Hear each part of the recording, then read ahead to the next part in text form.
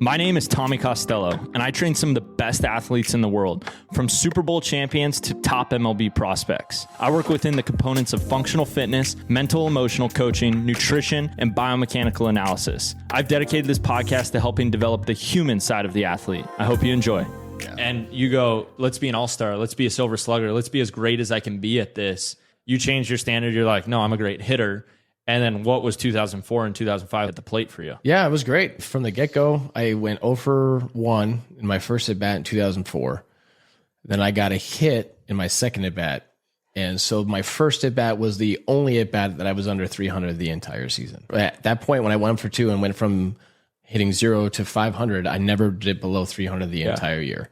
And I had a really crazy, I was hitting like 390 after the second month of the season. And like people were taking bets on like how far I was going to fall. Yeah. Like, oh, no, like he's a career 250 hitter. Yeah. And they don't It's ever gotta look at the come minor down. league stuff. Yeah. They don't look at anything before that. So I use that as fuel. I'm here with a great friend, a great mentor of mine, Jack Wilson. Jack Wilson is a unique individual that has had the capability to shape and impact so many lives. One, as a player and a standout all-star MLB player, but also as a coach and a father and a husband. And in this episode, we're going to dive deep into what it means to perform in all aspects of your life and what it takes to be that kind of person for others. We're going to touch on his faith. We're going to touch on his playing career, what it's like to be a coach, what it's like to be a coach of your son. And I'm so excited to share this conversation with Jack today. And there's so many great things you can learn from this. And let's just jump right in. So Jack Wilson, excited to have you. Yeah, man, happy to be here. Yeah. First place I want to start is your big league debut. Okay, so take me to that day. Yeah. What did it feel like? Did it go fast? Were you nervous? What was the big league debut like? Yeah, that's a hectic day. All the family that can make it out's flying out. So just the emotions of the day that your family's feeling on top of what you're feeling at the same time. At that point, I only played AA. So I skipped AAA. I thought I was going to AAA. I was set in Nashville, all ready to go. And when they told me I made the team. So those emotions were still fresh. Oh my gosh, I'm going to Cincinnati. I'm going to be playing in a big league stadium in 6 days. But that whole day is just numb. It's surreal. This is really happening. And it was never something that I imagined happening. I was just focused on trying to be really good at baseball. I didn't think it was going to take me to that level that soon. How old were you? 23. Oh, wow. I was 23 and I'd only played two and a half seasons in the minor leagues. So I was doing well, but I was like, my thought process was like, all right, keep getting better at it, keep getting better, and they'll never release you. You could just keep being a professional baseball player. This is great. And then when they bring you into that room and say, hey, you made the big league team, you're like, whoa, this was far off in the distance for me, at least a year of AAA and see how it goes. But to skip a whole level and go. So that was still fresh. And then having to deal with the fact that I'm going to be in a big league stadium that's going to be a full house on opening day in Cincinnati. Opening day. So it was like spring training they told you? Yes, it's spring training. So I went through spring training thinking I was going to go to Nashville. I was going to AAA. I was just preparing myself, getting big league times, my first big league camp.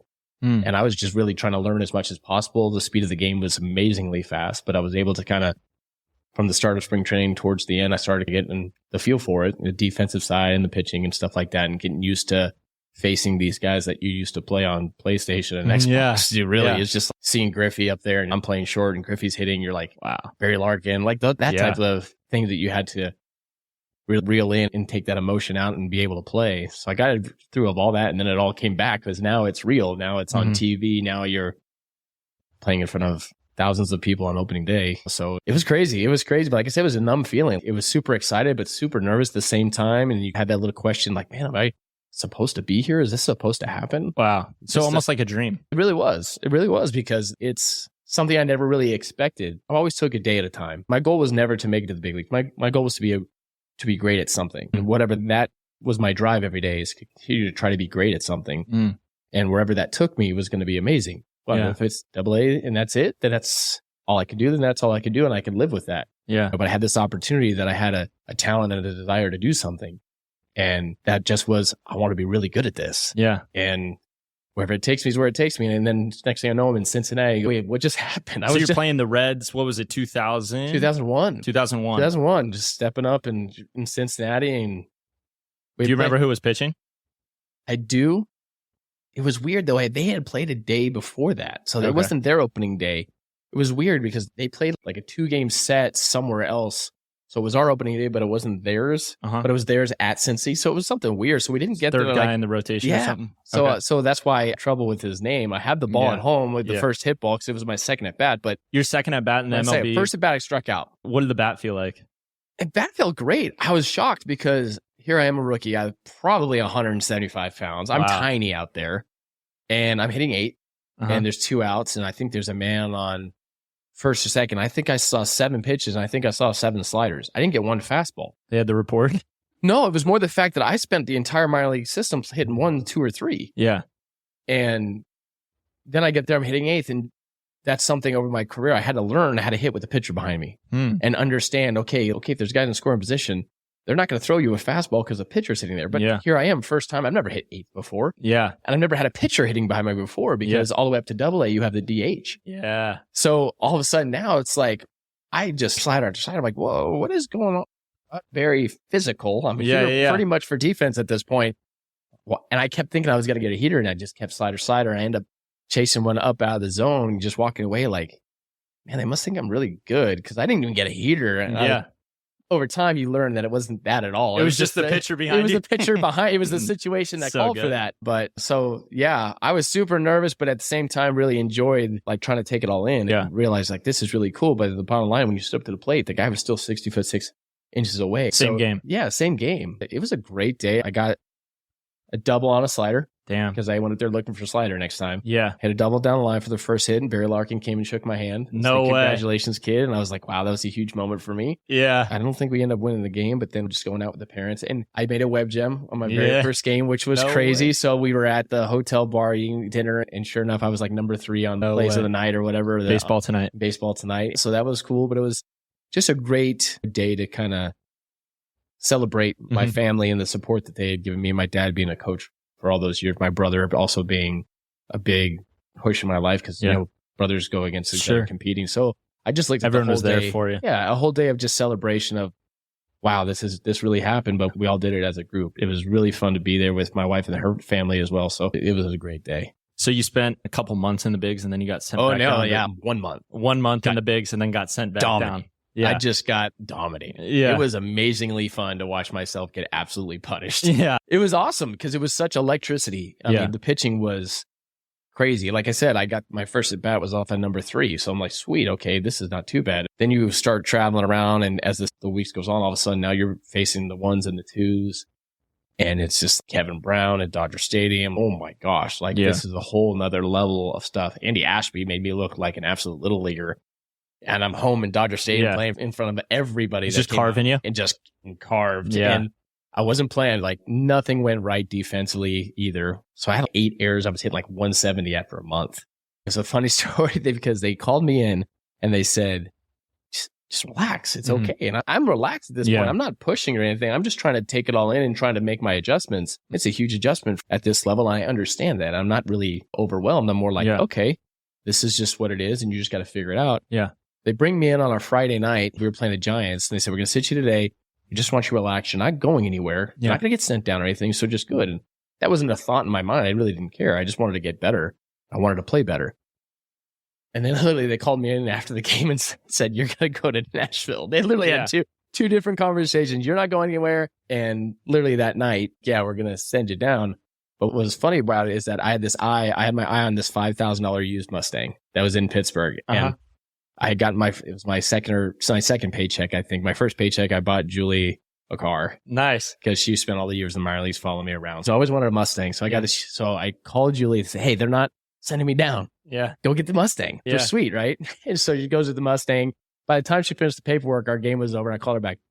All right, did you get the car? Because they ended up sending me down. And she said, you want me to take it back? I'm like, no, we're cool. Yeah. So I had 3 days to report to Nashville. Okay. But I was so relieved that like I was going to go down. Okay. Because I can get back to work. Yep.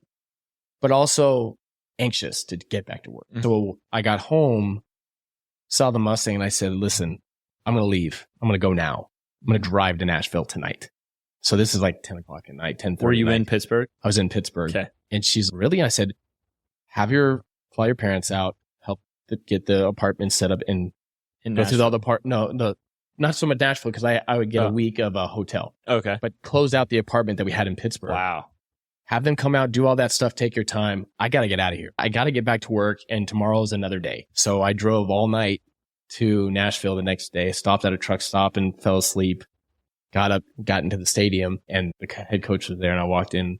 It was Marty Brown. And I said, "Hey, what's going on?" And he said, "What are you doing here?" I said, "We're talking about, we got a game tonight, right?" Yeah. He said, "Dude, you're not even on the roster. You're not supposed to be here for 3 days." I said, "Listen, I can't sit in Pittsburgh for 3 days." Yeah. I was like, I got to get back to work. I got to get back to being me. This is not me. So what was really cool is that he's like, "Mike, can I play tonight?" He's like, "Absolutely not. You are not playing tonight." I'm like, "Tomorrow?" He said, "We'll see what we can do." But I got there. I got to take ground balls and hit BP and watch the game. Next day was in the lineup and got back to work. Ball was a beach ball, right? Oh my gosh, it was nice. Big leagues to AAA? Big leagues to AAA. Much different. There's no TV. There's no sports center. There's no, Extra 20, energy, 30, 40,000 fans. There's Yeah. no press. It was more just the fact that it was really focused work for me. I can get back to just the basics. Yeah. Taking early ground balls, hitting BP, working on things in minute bat, not worried about trying to make the Pirates win a game Yeah. to move up in the standings. I'm trying to win the game for the Nashville Sounds because I'm trying to Do your best there. I'm the best there. But all the work I was able to do is get back into that rhythm. Yeah. And then within a week, it was like, all right, rhythm, my defense is back, hitting is back, fun is back, energy, love, and life. So for a month, it was pretty good stuff. I had That's a lot amazing. of fun. Yeah. So you were there a month and got called back up, and then you were in the bigs? I got called back up and I told him I didn't want to go. Yeah. The AAA, Marty Brown, called me. We were on the day off and he said, "I got to get you on a plane to Detroit. They're calling you back up." And I'm like, "Do I have to go?" And he said, "What?" You were just having so much fun And playing I'm like, baseball. "Listen, man, I go back up there. I'm hitting 160 and I got 8 errors and going through all that stuff. And I'm like, I'm here. I'm loving this team. I'm loving playing for you. I'm killing it. I think I'm at 380. Just like everything I see, I hit. And I'm having a good time." He's like, "Dude, will you get your butt on the plane and get back up to Detroit and just keep doing the same thing you're doing?" I was like, "Okay."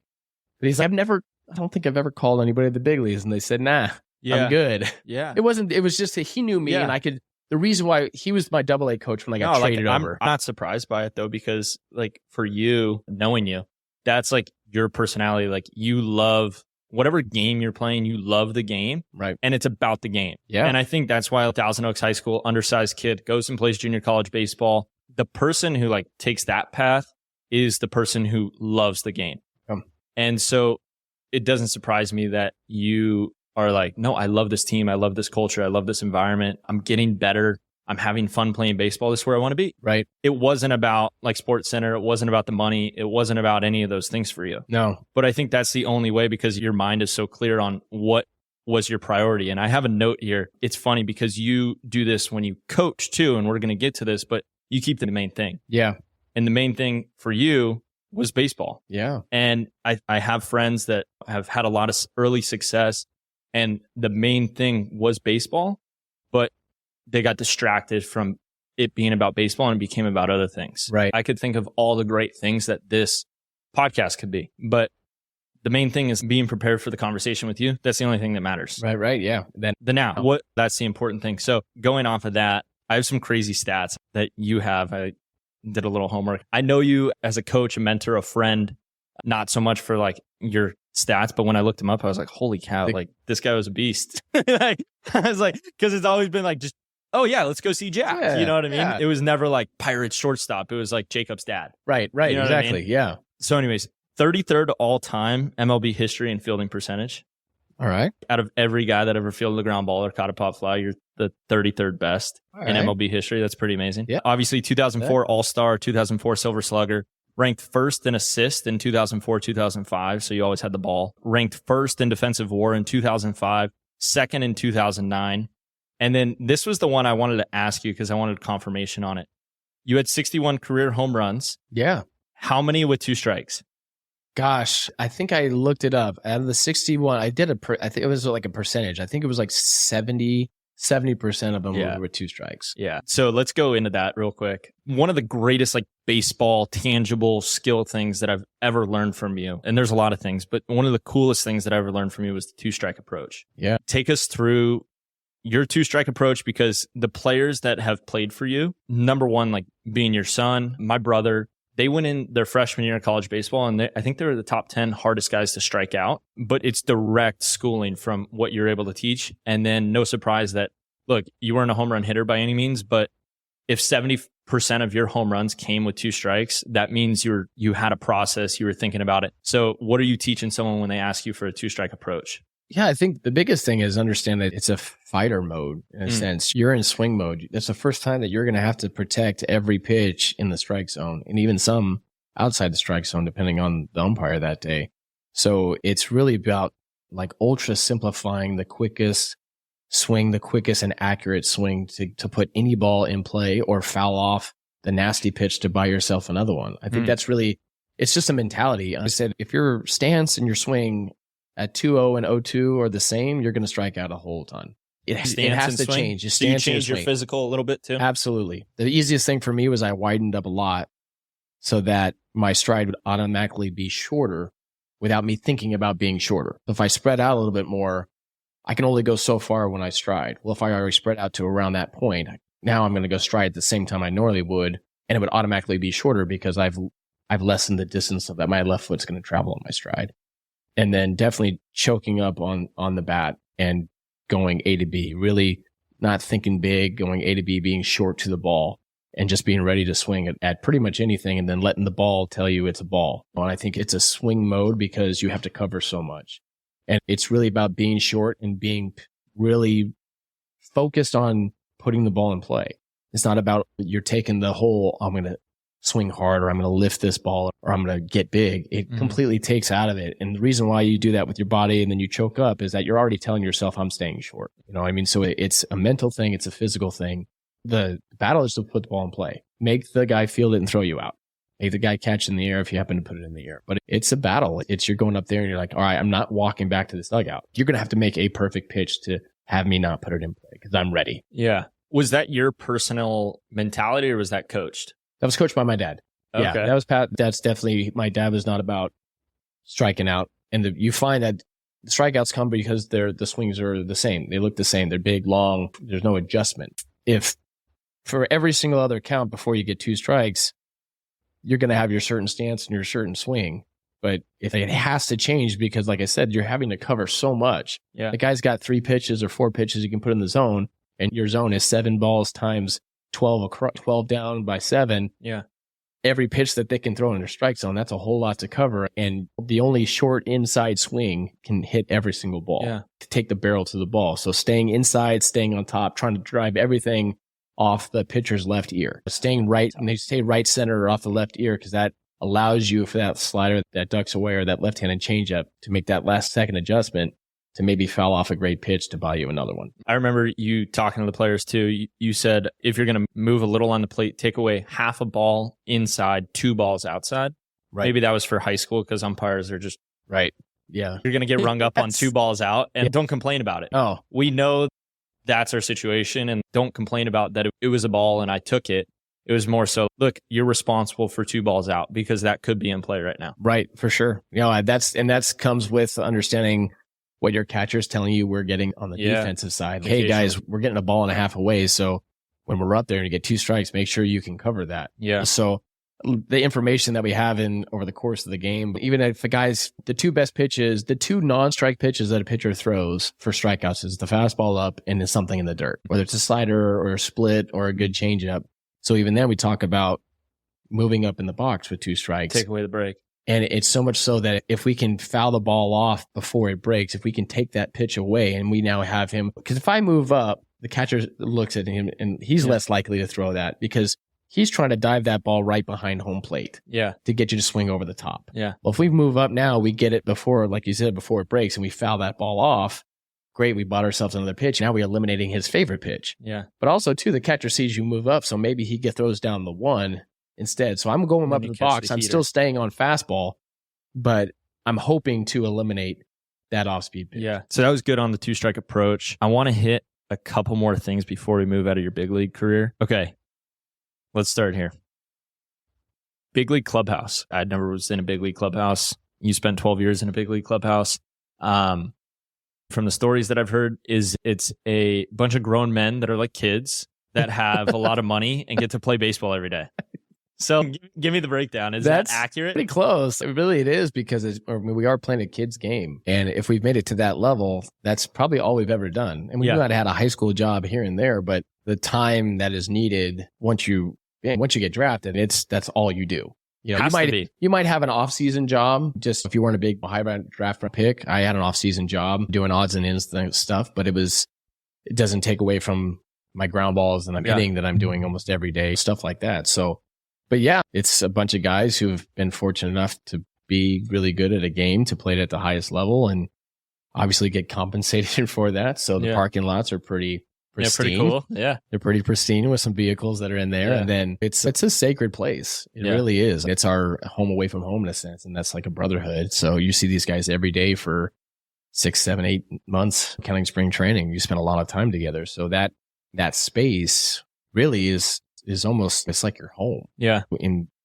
the worst part about it is like when the press comes in and we understand they have a job, but that's like when someone comes into your house. Yeah. It's uncomfortable. And they do it every day. It's a little uncomfortable, but that's why it's so sacred, is because that's our space. That's where we're having conversations. That's when we're talking about life. That's when you're seeing guys going through some really hard times and seeing guys go through some amazing career milestones and the things that they're doing. And when you have rookies come up and you watch them be nervous and you remember what that felt like and where they were in their life, stuff like that. So I think that's what, if you talk to any player, what they miss the most. It's not so much the game, it's the brotherhood and the time that you have on the plane flights, the clubhouse, the time together, the meals that you share together. That type of stuff is what's probably missed the most. I do a lot of reflecting. Sometimes I'm too with my work that I'm always working. I don't take enough time to reflect. But when I think about like, why did I choose what I do? And it's that's what was like so fun about baseball or football for me, was the people that you get to share it with. You have like-minded individuals that are working towards a common goal, and that energizes you as a human being. Yeah. And then you get to do something fun on top of it. Who's your favorite teammate that you got to play with?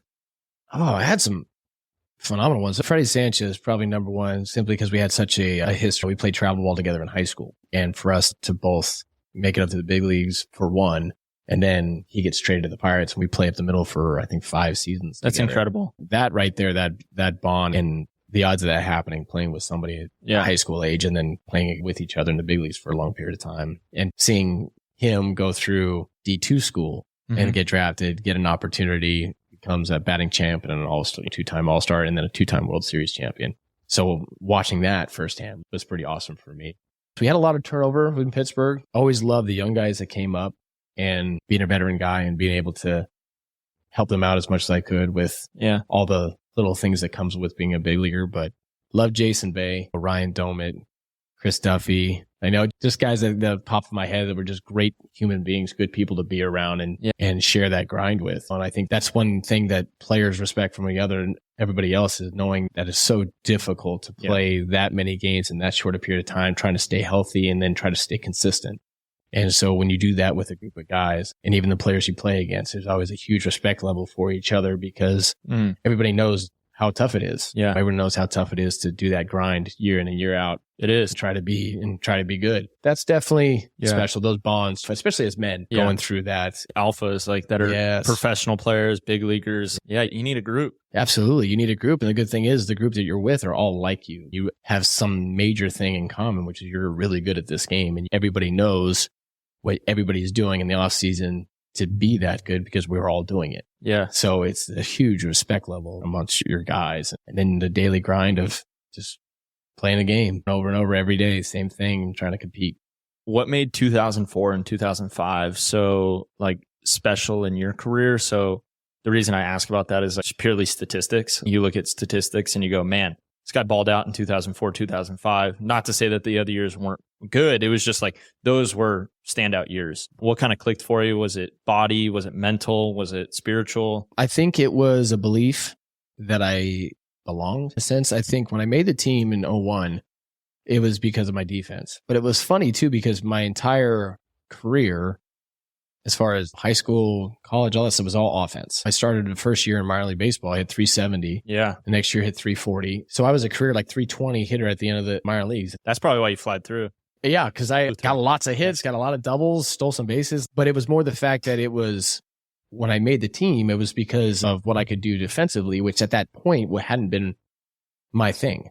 So when they told me, they said, listen, even when I made the team, they said, hey, don't worry about the offense. It's going to be tough. It's tough for everybody. Just make sure that defense is locked in. And I said, okay. So I believed in my head. I was like, all right, I need to lock in defensively to stay up here. So it kind of, offense took a secondary to what I was needing to do to be there. And that was a big step back for me because that was always my forte. I was always an offensive guy. So for that year, I hit, I think, 220. Next year, I hit 250 and then 250. And I remember going in the offseason going, why am I okay with being a 250 hitter when all I've ever done is hit 350? I never had a year that I played baseball where I wasn't a great hitter until I made it to the big leagues in my entire life. I've always hit at every level I went to and hit high. So that offseason, I said, all right, no more of this being okay, because I was really setting the fact that as long as I play defense, you're good. I can go 1 for 4 and I'm fine. If I went 1 for 4 in AA, I'd tell Julie, hey, like, I'll get a ride home because I'm going to hit in the cage for another hour because I can't believe I just got out 3 times. It's just that thought process in me. Like a 1 for 4 was like, oh my gosh. It's like my brother. What just happened?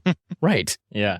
Oh, and 0 for 4. Yeah. Oh my gosh. Tear the house down. Like this is, I mean, I got Julie flipping me freaking wiffle balls to a blanket in our apartment in like A-ball. Like really? Absolutely. No way. No joke. No joke. I could not go to sleep unless I fixed the problem. And no way. The bottom line is no 0-fers and 1-fers were not allowed. I'm getting 2 every day. Yeah. But that was the thought process. So like even when I hit 340, I'm like, gosh dang, I should have hit 350 that year. I should have hit 360. And that was always my thought process because I was always a hitter. For 3 years, I was just like, okay, I made my focus about defense, even in the offseason. I didn't hit as much. I focused on defense because I knew, hey, hitting can come and go. But if I'm a lockdown defender, I can stay here for a long time. Yeah. I've seen guys that even if they don't become great hitters, they can be backup players and be backup defensive guys and play this a long time. If I really focus on defense, I could be for 10, 15 years. Yeah. I just locked down defense and I literally threw hitting to the back burner. And right as I got to the big leagues, I was just starting to get good at defense. I was athletic, but it was really like all over the place. Then as I got to big league coaching and played around other big leaguers and watched these guys do their thing, I got better at defense in the big leagues than even though I was in the minor leagues. So in 2003, I'm like, okay, enough's enough. This whole 250 thing is, I'm okay with it right now. And I shouldn't be because I know I've made the decision to go defensive. But so that offseason, I literally moved back offensively and said, all right, fine. I'm going to figure out, do more hitting and stuff like that. Your language is so interesting to me because I tell my guys this all the time when I coach them. You very rarely rise to your goals. So say you set the goal of hitting 350. Right. But very often you fall to your standards. Right. Yeah. So like your standard in the very beginning was, hey, if I play defense, I'm good. Right. You didn't identify as a 250 hitter. You identified as a 350 hitter your whole life. Right. But when you flipped your standard, all of a sudden the numbers followed your standard. Right. Exactly. So when I ask you about 2004, 2005, you explained 2001 through 2003. And what you're going to tell me now is you just flipped your standard. Did. Absolutely. And then you become a silver slugger, an all-star. I expected more a premier guy. Yeah. This is such a cool thing. I want to hammer home on this because this is a huge identity flip. You went from conserving yourself as a big leaguer. Hey, I'm here. I didn't really expect myself to be here. They're telling me I need to work on my defense. I'm here for my defense. I'm going to play defense really well. It's okay if I don't hit that great. Maybe I can hang on for 8 years, make some money, and I'll be good. Right. And then you're like, dude, that's not who I am. Yeah. And you go, let's be an all-star. Let's be a silver slugger. Let's be as great as I can be at this. And I'm sure you didn't write down silver slugger or anything, but you just changed your standard. Yeah. You changed your standard. You're like, no, I'm a great hitter. And then what was 2004 and 2005 at the plate for you? Yeah, it was great. From the get-go, I went 0 for 1 in my first at-bat in 2004. Then I got a hit in my second at-bat. And so my first at-bat was the only at-bat that I was under 300 the entire season. At that point, when I went for 2 and went from hitting 0 to 500, I never did below 300 the entire year. When I got the hit, I got a single up the middle, and I said, all right, let's go. That was it. That was my thought process. I'm going right up the middle of this. He's going to throw a two-seamer way. I'm going to go up the middle. He left it over the middle plate, and I got to base it up the middle. I'm like, all right, Now we're going to go on this. I'm going to go. And I had a really crazy, I was hitting like 390 after the second month of the season. And like people were taking bets on like how far I was going to fall. Yeah. Like, oh no, like he's a career 250 hitter. Yeah. And they don't It's ever gotta look at the come down. minor league stuff. Yeah. They don't look at anything before that. So I used that as fuel. I was like, okay, like you understand, I found my groove. I found my swing path. I've gotten the knowledge of the last 3 seasons on how they're going to pitch me. And I've seen these guys before. I'm like, I'm comfortable now. This is just a comfortability. Yeah. And now my swing's right. So, and I'm confident. Wow. So now we're going to go. Yeah. We're going to go from here. I knew it the whole time. And like you said, I never thought about Silver Slugger. I never thought about All-Star. I was just, I'm not getting out today. And it turned into the 1 for 4s, 1 for 5s. I'm in the cage off the Iron Mike that night. Yeah. And I had the same process I had where I would call Julie and say, hey, I'm going to be a little late. I'm going to hit out the cage tonight. And I'd be in the machine in full uniform because I didn't even go back to the clubhouse. Yeah. I went right there and I would swing it out until I was okay with where my swing was. I was like, well, I'm going to hit 750 off Iron Mike right now. And until I do that, I'm staying here and I'm manipulating the ball. I'm going to drive this to left center. I'm going to drive this to right Iron center. Mike's your best friend. You still Iron love Mike. Iron Mike. Me and my Iron Mike spent some quality time Yeah, together. you guys have We spent do. a lot of time. I Still own in your that backyard. guy. You There was love- times he owned me and that's bad. That's the bad. 4-seam heater was Gosh, owning the you. 4-seam dimpled ball heater. Like, what is my problem? That's I was so like, but yeah, I had to get hits in the cage to go home. I had to feel right. I didn't want to wake up the next day and feel like I had to start from where I ended during the game the night before. yeah, you're always improving or That's- just reworking. Yeah. like shaping. Absolutely. And I think that, and just gaining a little bit of confidence. And Yeah. so it was a fun year. It was a fun ride, getting 200 hits. I don't know how many shortstops Pittsburgh had. They got 200 hits. I don't think there was very many, but it was a lot of cool things came from that historic wise. And that I really had nothing about it. And it never was about that stuff. No. It was just about being good. Again. It's like when you're done, you can go, oh, wow, that's how it stacked up. Yeah. Yeah. So yeah, it was great. I enjoyed how I felt so than the actual what the numbers said. Yeah. It was a big belief in myself to understand, okay, I set my mind to it and I did it. So I can do that again.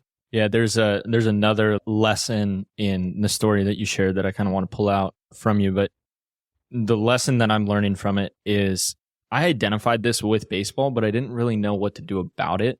And you probably like naturally do this. You naturally did it for your career. You naturally do it as a coach. That feeling where you are playing in a game and you're like, I need to work some things out. And you go into the cage and you hang out with Iron Mike and you bang it out and you figure it out. And then you go to the next day and then maybe you finish that game and you're like, something's wrong. I need to work it out. Something's wrong. I need to work it out.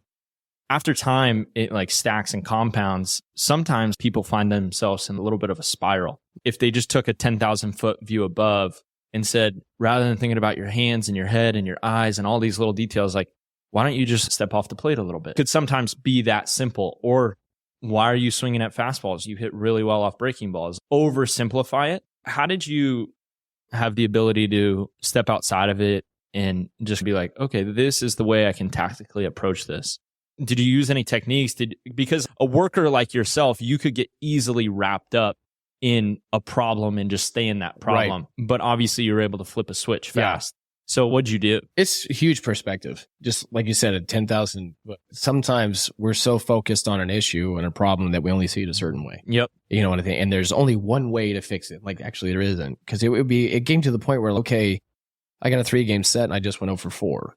And the feeling that came with that, but you know what? I'm going to go bang this out because if I go 3 from an X6, I'm hitting 300 on the series. So getting it a different perspective and always finding a way in the numbers, make it a positive. Yeah. You know what I mean? Oh, you're 0 for your last 7. Yeah, but I'm 10 for my last 32, which is not 300. Bad. You know what I mean? So it's 290, whatever. So it was taking the numbers and always putting it on a positive light, because that way you're like working towards something that's tangible. However far you got to go to make it a positive, make it a positive. If I have my next 100 at bats. yeah, that's what I'm saying. And then it's that kind of perspective though. It is. And then setting small obtainable goals throughout the year. Like 200 hits wasn't the thought process going in, but at All-Star break, I'm making 200 hits a goal. Yeah. Because now I'm at a certain amount of hits going at the All-Star break. I need this many left in this many games. And now I'm trying to achieve something every day, not just playing and try to help win games and get hits, but I'm looking towards this goal to hit this milestone that doesn't get hit very often. All right. Now I've changed, the goals change, these mini goals that you change throughout the year on what you want to try to accomplish. Yeah. these little things that add up to one big goal. The big goal was just have a great season and help the Pirates win games and get back offensively. But there were a lot of little goals that need to be achieved to get to the big goal. Yeah. So just slicing it up and making these little weekend goals, this game goal, hey, this at bat against this reliever that has been dominating you. The goal is, okay, go up there and get something done or be productive, whatever it means. So there's probably 20 to 30 different miniature goals over a course of the year that you can hit that are obtainable, that are easily obtainable, that gets you pushed to do something every day, regardless of what you did the day before. It's so funny because I probably built that muscle in my brain by playing baseball and like setting those goals, like whether it was like positive self-talk or not, it was like, all right, I can get my ERA down if I just go get 5 outs in a row. Right. You know what I mean? Or I just I throw 21 clean outs right here and this is going to change my numbers. But I think I built that muscle for entrepreneurship. When building a vision for myself or what I'm doing, it's like overarching, like in 5 years, could I see myself here? Yes. Okay, what do I do today? And then what do I do within the first 4 hours of my day? What do I do in the first hour of my day? All right, if I see this many people, it's going to equal this much. Okay, if I have this much, I can go do this. And then it's like you planned out a week, set yourself up for a good month. You have a good month, you have a good quarter. You look at the year and you're like, holy cow, look at how much ground I covered. Right. Well, you said it perfect too. You said, like, when you started this, you're talking about if I just go get 5 outs, my ERA go down. And the perspective that I have, that I teach a lot of the guys now, that different positive perspective is I can look up at a scoreboard and it says I'm hitting 254. Say I got 100 at bats, I'm hitting 254 or 100, whatever. Well, that doesn't mean I'm a 254 hitter. Yeah. That just means in the past, I've hit 254. Because that has no bearing on what I'm about to do at this particular at bat. Yeah. I'm not going up there as a 254 hitter. My at bats up until this point has gotten me at the 254 mark, but that doesn't mean I'm a 254 hitter. Because the only time that says I'm a hitter of this is when I retire and I look back and I have no more at bats to obtain.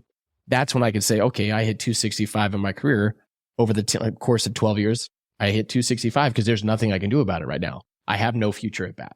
But every at bat from then on, no matter what you're doing in the middle of the season, if you're hitting 410 early on, are you a 410 hitter? Well, let's see what you do at that plate. Because either you're going to get a base hit, you're going to get a walk, or a sac fly, or you're not going to get a. So it doesn't have any bearing. And I think it's more so on the negative part. Be like, man, I'm really struggling. I'm hitting 220. Well, no, that just means you were hitting 20. That has nothing to do with what you're going to do today. So when I go up there and I have especially too, you guys have a rough outing. And all of a sudden, those numbers, especially early, can get super inflated and whatnot. And you're just like, oh my gosh, believing yourself. And the bottom line is like, okay, I know I'm not what the numbers say, because the numbers don't dictate what you're going to do that day when you get back on them. Yeah. That just shows your past. It does not show your present. Totally. It doesn't show your future. Unless you're Chris Davis and somehow hit 250, it takes 245 for 4 straight years in a row. I don't know how he did that. That was nuts. But micro level, staying on the micro level, and you probably have plenty of isms that you teach now that you're like, man, when I was playing, if I could have told myself this, working with so many pitchers, something that I wish I took a mindset shift on when I pitched was you get taught 2-0, for example, is a bad count to be in. Right. You got to throw a strike. It's 2-0. 2-0, he's going to get a hit. 2-1, the average goes up 100 points. And you get told all these things, and it's the nature of our game because people are just inherently negative in the sport because it is a negative game. Like the greatest people in the world, it's known thing is 3 out of 10. Yeah, like the greatest guys in the world. So my point is, and I'll drive it home right here with this, but it's every pitch is its own pitch in the sense that, look, if it's 0-2 and I leave it fat and the guy squares it up, it's a home run. If it's 2-0 and I leave it fat, and he squares it up, it's a home run. Right. There's nothing about it being 2-0 or 0-2 made the difference. Right. It was what he thought and what I thought. Right. And it was the intent in which we had behind it. 2-0, I could rip a heater and throw it right by you. 0-2, I could too. And so I teach guys, I go, hey, look, remove yourself from the count and execute the pitch that you're throwing. Right. Remove yourself from the count and execute the pitch that you're throwing, because at the end of the day, if it's 3-0, you're still going to need to throw a strike. And if it's 0-0, we would prefer a strike. For sure. So removing yourself from the energy in which that is perceived to be, and then executing your moment. It's Buddhist thought. It's very religious, very spiritual thought, is be moment to moment. Yeah. Be rep to rep. And it goes into owning your game, owning your career. You got to just own each rep for what it is and not be distracted by it. on the next episode of the Costello Coaching Podcast with Tommy Costello. Look, you haven't been coaching for a long time. In the grand scheme of life, you just finished playing. Right. And you've already tallied up crazy coaching statistics. They far outweigh your playing statistics, and your playing was great. But I think it's because of your ability to care about the individual, care about the human, and know that, look, regardless that he's my son or he's not, I'm dad, I'm coach, whatever the dynamics are, what does this human need right now? Oh, he needs to come eat some pizza and play Xbox. Right. Regardless if he hit 3 jacks and K'd the 4th at bat, or he's 0 for 4 and had booted 2 balls, it doesn't matter. It's what does he need right now? Yeah. And it doesn't matter good or bad. It didn't start that way. I think when I first started coaching, it was more of that expectation, more talk to you right afterwards. So you learned it. I had to. I started in travel ball, 11U, 12U, 13, 14, and then started at the high school level. And I looked at it like a player. The best players that you see on TV are the smartest, period.